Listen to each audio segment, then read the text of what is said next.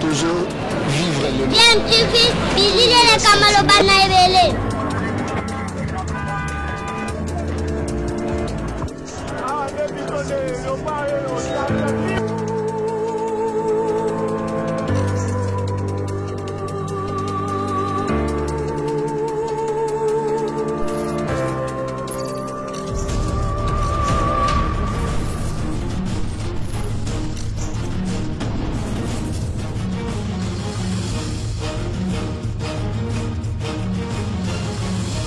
DMTV toujours en avant.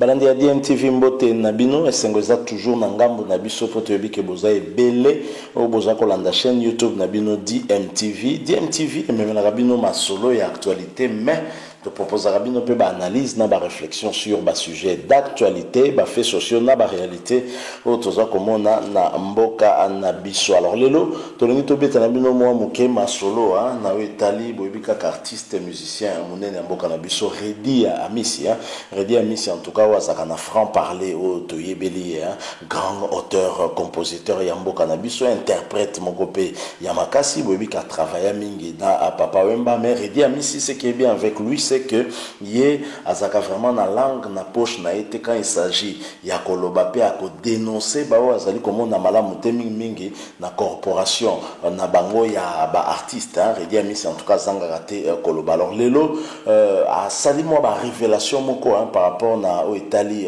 Sokoda de tomona ki yango mo muke intéressant to ko partager nabino parce que za ko dénoncer en tout cas ba makambo belé ya mabe o yé a constater na kati ya Sokoda wana ou ezali salemaki en tout cas pour na kosunga ba artiste surtout ba koka ko entrer na ba droit na bango surtout ba Italie ba droit à d'auteur ambobi ke ba artiste belé ba kufa ba tika ba famille na bango et ces derniers ba bénéficier kana fruit ya mutoki ya bandeko na bango te bana na bango ba papa na bango ba bénéficier ka na yango te parce que justement société na biso Italie makambo ya droit d'auteur ezali ko sala mosala ndenge longo bonité o nyo surtout bazali ko tia ko gérer yango azali toujours ko gérer yango loko les ali boutique na personnel et depuis ce côté salami stabilité penezo kotate na niveau société wana pour que ba mission ba se mettre d'accord ba loba ke oyo azali ko sala to monisi ko que ça va mais azali ko kende alima. Alors na proposer bino bon ndana Redi Amisi bon na sima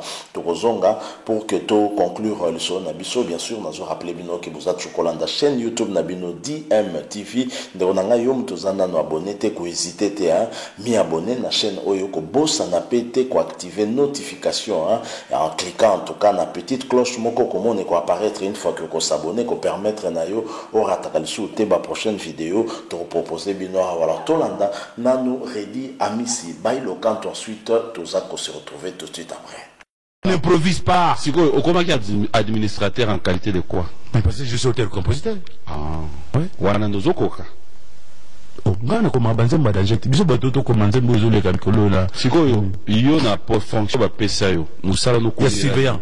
Musala no ezanini. Surveillant. Ko surveiller nini? Mbongo. Bando bandela ko surveiller mbongo. Okangi fraude ou ma. Ya ebele. Na to yebisa ya ba compte za ya ba mbujama ya ba kananga. Eza na compte abato. Wana na surveillance do kangi. Nde nazo dénoncer. Alors dénoncer si ko kangi compte nani. Mutel boso monique mbongo ki na compte privé. Mais ba présenter makambo mutel. Na to soki ba expert ba goya ba sala audit. Ba benga ba inspecteur inspecteur nini na bosen comme na ba inspecteur mu ba ga sala. Komela ki ngode. Mais comment il y a des inspecteur comme la zone ça banani ba inspecteur nani alors il va ba inspecteur ya oui OK sur le téléphone nous allons sur TV donc on a un mouette non donc nous le baquet mutu foza asimba so wana bengio nani venzo l'intime venanga voilà, allez, dans ma conclusion, si on comprend bien, en dehors de tout ce que nous avons dit, il faudra quand même accepter, moi, auditer ça la Sokoda, ça on va retenir, l'expert Bayard, que tout revient en ordre, statut Oyo Bovotaki et que le quota en exercice T, Bozwango, Bochango en exercice. Et en dehors de ça, il y a quoi? Sanctionner Batou. Sanctionner Batou, il y a Monique, 2012, style Lelo, il va Pembongo. Si ça marche pas, il faut changer. Et l'État fongola mis sur 100 millions et quota pour Batou, Bazolinga Bakangango. Alors que Bana Bali, Yolo Bazali, Bana Banani, Banani Bazali. Donc, il y a 100 millions en cours de téléchargement. Si tu veux, mais là, bon, Bazou peut mais ma solo, tout solo. Et en réalité, ça va ma solo, il fallait solo lama et solo lama inbox. Il y a une inbox, c'est comme une groupe. Non, et ben en 2012. Mais bomba kaka. WhatsApp, inbox, na groupe. Ozo ko. Na yusko, dene tele ite la yusko nga lobby abi oyo, eza ma solo inbox. Mais tant que na groupe komi ya bisonyonso. Tout couvrir nan. Oh, dozo expliquer, ba tebele ba mambote. Ba 100 millions ba yebite ki koti, ba tebo yeb ba yebsoka no zo ACP là. Mais kota combien yebite. On dozo expliquer que ba déjà que 100 millions. Oui, 10 personnes, comme ça, papa liolo. Je expliquer ce moment 800 000 euros mikolo, mais ma personne a $10 au papier au banda kala sans payer. Mais j'ai $10 baloba, yango balo peka $10. Mais non on doit oui ça. Té, kaka $10. Et on doit dénoncer de expert baya, basa la audit parce que biso to go sala audit té. Il faut expert baya, baya au salango. Et biso to sanctionner des batu to aussi ça l'assemblée générale extraordinaire, batu nyoso tout le monde ba yibimbo autant ba okanga ba pour banda we salami na bétage. Ah bon? Na batu ba yibimbo. En fait, moi, ce qui me fait mal, c'est que les années tobeteli solo ya gouvernement. Mon étant ba lo baké, ceux qui mutera likolo a faillir. Donc ça batu nyonso bazo accompagner yep. Équipe mon mago. C'est qui pose une équipe en fait. Non non. Justement, c'est là où maintenant c'est un plaisir de reconnaître. Non, mon frère, non, c'est bon. Donc, il est qui pour vivre. Il est qui pour vivre. Voilà, un comité directeur. Autres dénoncés, c'est-à-dire PCA, DG de Salaka, gestion.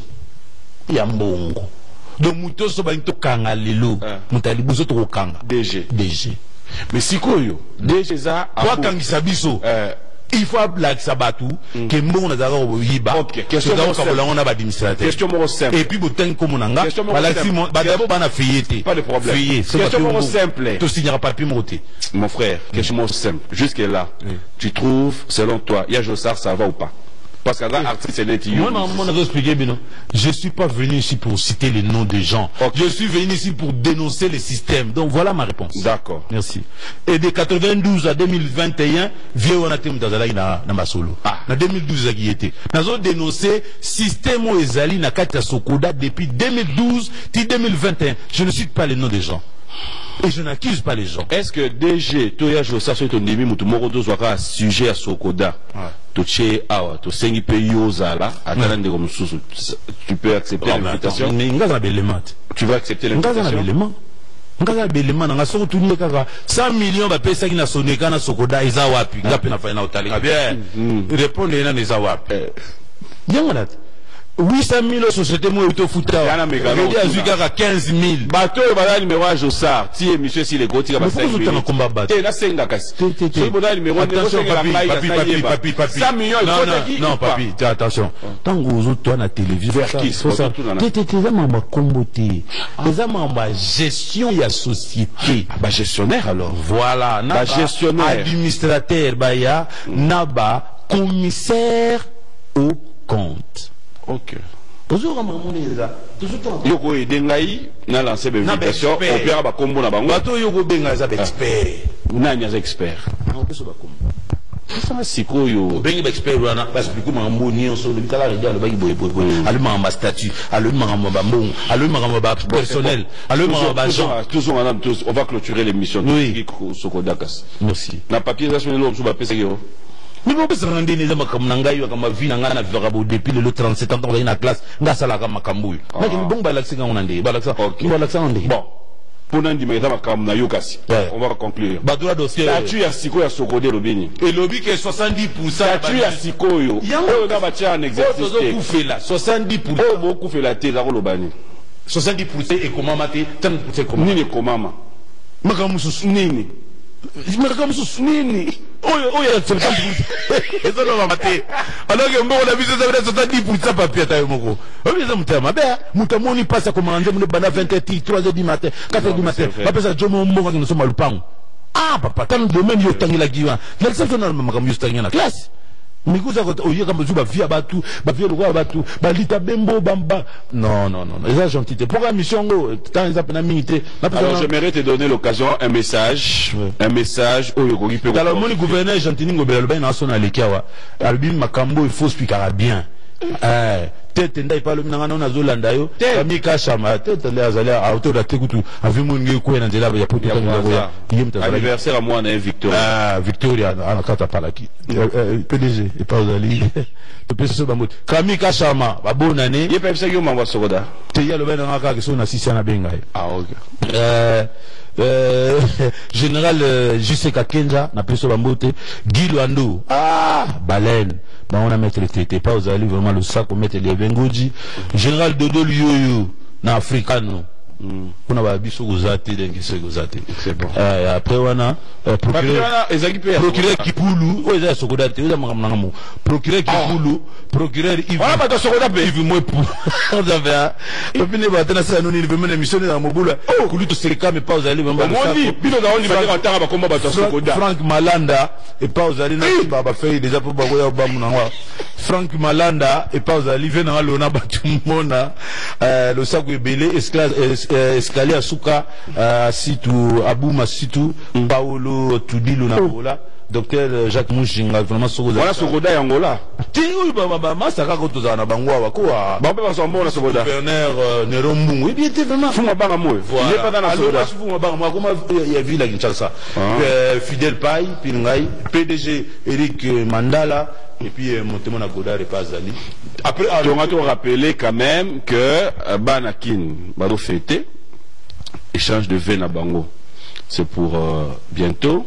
Aux appels invités. Na yo pose invité. Bah mais qui cela se Godard a auto sur le téléphone. Il y a le bit. Vous la ngabe. Et bah biso mi bal tozo. Et zelo na dawo yebisa ok ceux qui sokoda lelo fait kweya na comité de gestion et tout. Nazala na gestion te. Gestion za DG. Et ça na DG so ba okangeza ka yo moko. Émission de Sina Télé alors fidèles téléspectateurs avec Baïlo Kanto est-ce qu'on ressent un plaisir surtout c'est tout ça la volume 2 émission dimanche prochain que inaugurer plateau c'est expert oh ya na bango parce que c'est un expert voilà bon pour nous on dit manga to ba no ma gestion za bien depuis 2012 ti 2021 ils ont monté ça à combien 100 millions ils ont bima bon de bana oloba 1 million. Non, n'attends pas, peut-être que na 800 000 euros kota mikolo ba pesa ka $10 ba pesa ko bala $10 ta 800 000 kota été $10 800 000 kota ka $10. Bon dimanche à Tony Moukadi, c'est pour tout à l'heure Branly Guy Massengo Electromas depuis Brazzaville. Je vous rappelle que comme Moussampa est à Kinshasa, merci à Fossé Kishona Kingo Makiadi. Bonjour, bon dimanche à toi. On a bossé Rémi Ayayos na Congo Brazzaville. Merci à Jackson Boliko, Manon Samela et Guigui Sessao, Alex Mwamba. Trop de bonnes choses à toi, James Kate. Merci à Fanfan de Molo, Dan Basila, Bob Amiso. Procureur qui pour le Pazali, Salam et Belé. Et puis de 2 lieux, Nelson Aromema, Papimbo Mana, African. Et l'Africaine. Au moment là. Non, mais on a déjà parlé d'anglais. Non, évitez. Ah, Nabo, il y a un Sokoda. So boya uzwa kule siko tolia na moni biloko boya et pas de lieu bambisi comme tel à la société ngulu peza la ngulu peza ngale ngulu zambisi ngale ngulu te bon kasi na kata mbiso kasi okuta mukua descendre sende za msusu mukua msusu mais oui sende za iloko esa mukua za pino mnene na tsuba bambi uzuki wewe différence sende tena nini na pesa yangu are bosi ko baleine Baleine na sende wana ezaka sende to mukua Baleine eza misana nga communiquer Luando non nazo tuna ona sénateur tika mama e comme lingande ngambu somuko bape 100 millions lukanga Merci à Godi Baketimina, Strong Lady, Charlie Mbamba et Nice Kaindo. Bonjour et bon dimanche à vous. Et fidèles téléspectateurs. nini couverture ya Grand Lac mais tilo tiko sala un article té on a associé à tilelo kwa mambo yebi sena té masa na ngana ko expliquer ko bingam na lobana batutu batika osomba ba jani verset topé Grand Lac on est dans ça à Londres ils ont couverture en couleur ma page tout noir et blanc. C'est Massa, il faut m'envoyer ici là. Si vous m'envoyez ici là, Massa tient un article. Ah, Massa, comment là? Fan, non, Massa. Bon dimanche. Mesdames et téléspectateurs, ça a toujours été un réel plaisir de recevoir Bailo Kanto.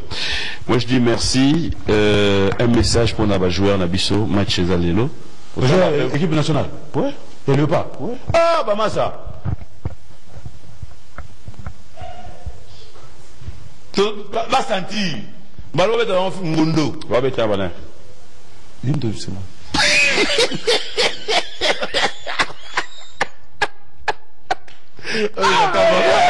Comment quoi?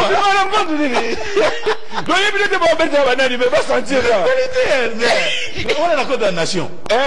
Condamnation au Gotha là, tu vas pas banane. Ngate tout gagner car mais faisait la Congo Brazzaville na yoka yasango. Moi Congo Brazzaville ba yebiso. So banda kala ke. Nandeli nangono. Il faut gagner bango. Il faut impérativement question moi ba téléspectateur tout ngana on ngayo peut-être au peu moi idée. Bande wabi couvre fait banda 21 mais bana besoin bala na match na nganda.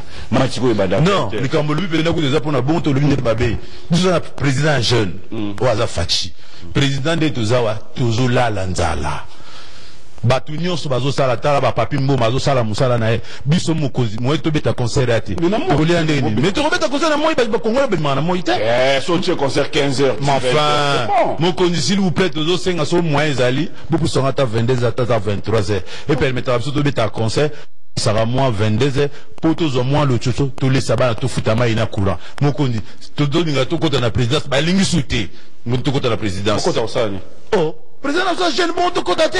Mais pourquoi tu déjà tu connais qu'il y a une consultation, il y a une concertation. Et ça, il m'a expliqué que biso to lingi union sacrée ezala bana ne sa Congo ba gumba chemise ba pesa ma boko po okende liboso osala ba projet oyo bana Congo bazwa misala to bana rolia tongo midi pourquoi voilà les comme to kende la to no bete matolo te mais ndenge biso tozo beta te ba yango manque à gagner.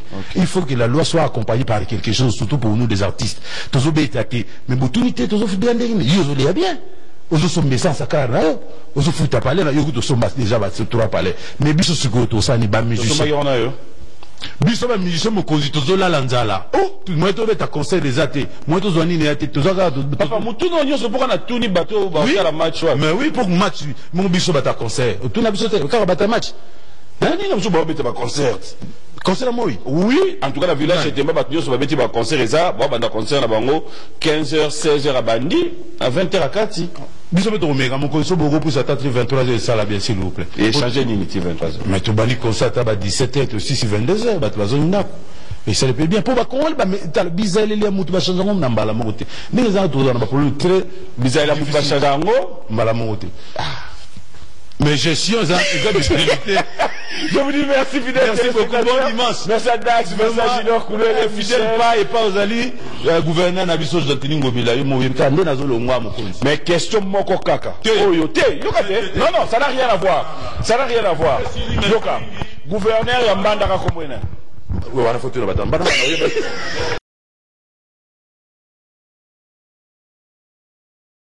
Voilà, nous sommes de retour. Boti Kolandawana, Redi Amisi Bailo Kanto, Ndenga Sali toujours ko dénoncer par rapport à ba méfait, Magambo Amabe Sali ko salama na niveau ya Sokodawana, Sali ko prévenir peu déjà que mbongo moko Sali ko kota to Sali pembe na tout cas ya kokota na niveau ba caisse ya Sokoda notamment $100,000 moko le BP à part BTP Masolo ya $800,000 mais Basali ko constater que ba artiste musicien Basali ko zo ba mbongo ezali ba miette sans kopesa bango feuillet oyo koki ko talisa na bango lolenge nini bazwi mbongo wana pe pona nini bazwi mbongo wana c'est-à-dire que ezali peut-être artiste nyonso tout kaka po kombono artiste ndoko zo mbongo parce que mbongo ezali kopesa ma selon ba œuvre ndenge œuvre ya moto ezali exploiter ndenge pe akoyeba kozwa rentrer en tout cas na ba droit na ye donc voilà moi difficulté moke ezali wana sokode ezali kokoma lwa moi société moko boye